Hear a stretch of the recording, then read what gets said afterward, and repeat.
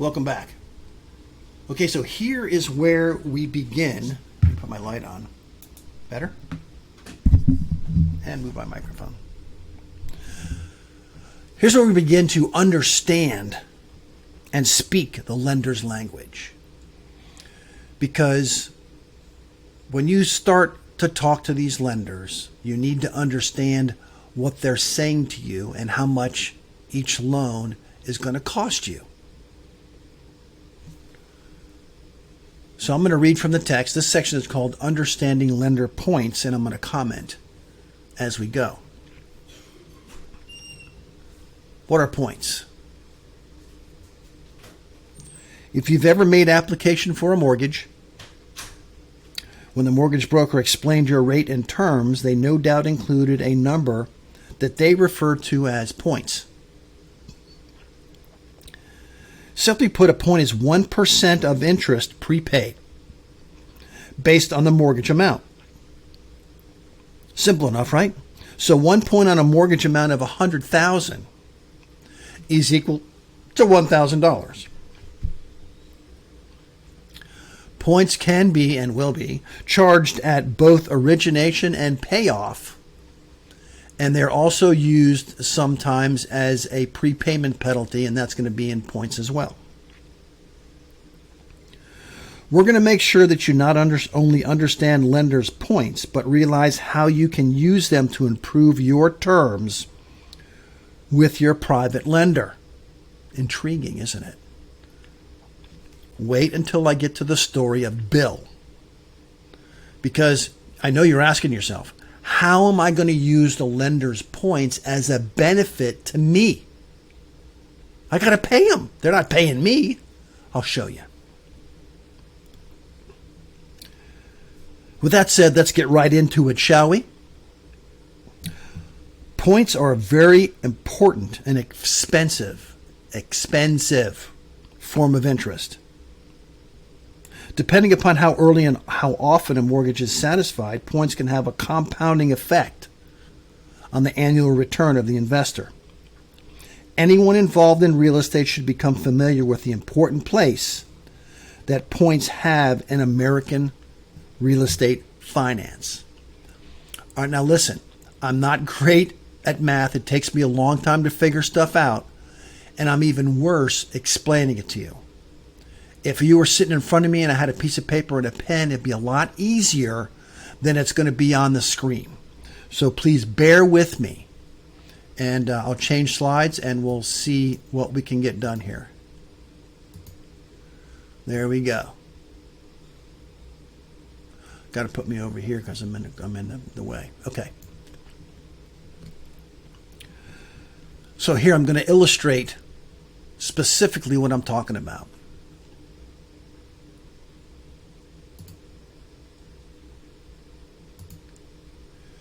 We have a $120,000 investment property. That's what you're paying for it. Your down payment is $20,000. So that makes sense that your loan amount is $100,000. Everybody got that? That's pretty simple so far. Now here are the terms for the mortgage that you're taking out. The interest rate is 12%. Fair enough, right? 1 year balloon. In other words, it's got to be paid back in 12 months.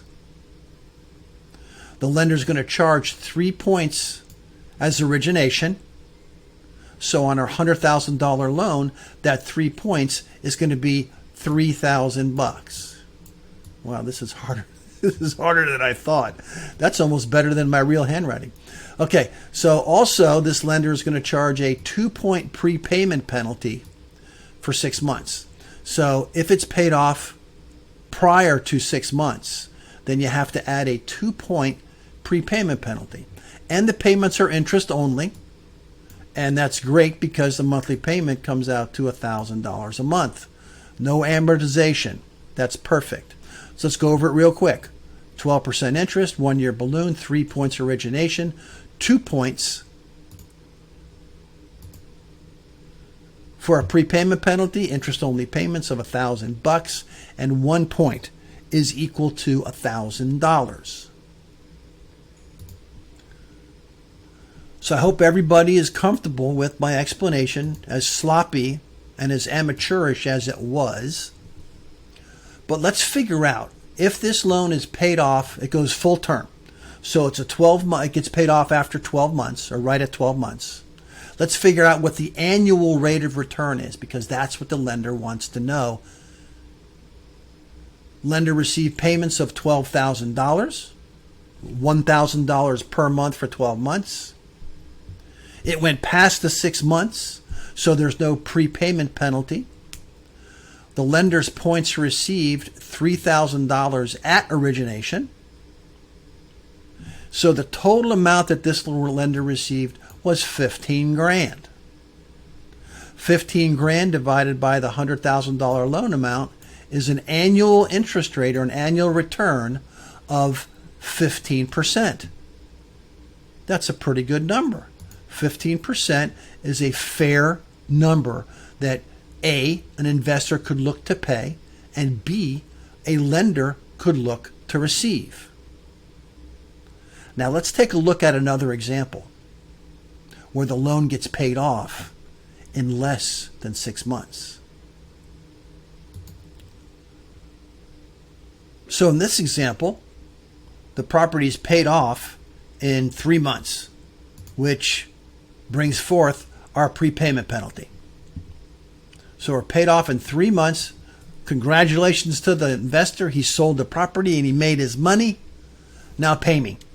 That's what the lender's saying.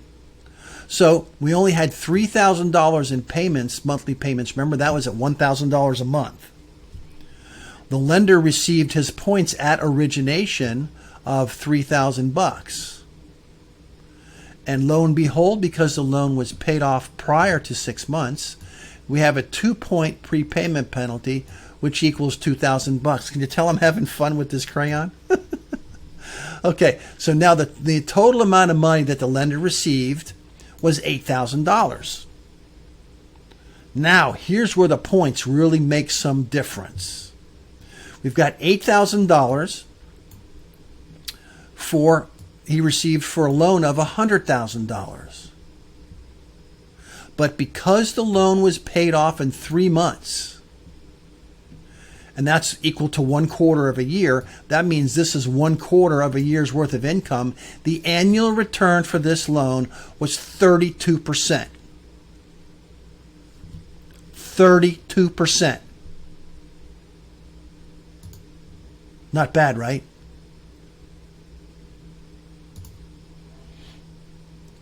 Now, before I get to the story of Bill, I want to talk a little bit about that previous transaction. Here you can see how the points in this transaction had a tremendous effect on the lender's rate of return, because you got $3,000 up front as an origination, $2,000 as a prepayment penalty. That was $5 grand. That in and of itself is nice income for 3 months. So now that you understand how points work, let's figure out a way to better use them in our quest for negotiations with our lenders. Since you have to pay interest anyway, I wonder if we can spin even a tiny bit of it in our favor. And the answer is yes.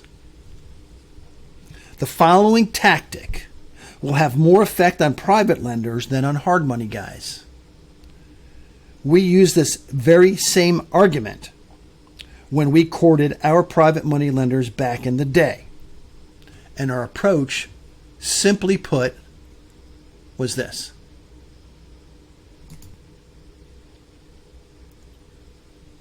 Okay, I'm going to read from the text so I don't forget anything, and then I'm going to comment. We would explain to the lender that we had a history of getting in and out of properties very quickly.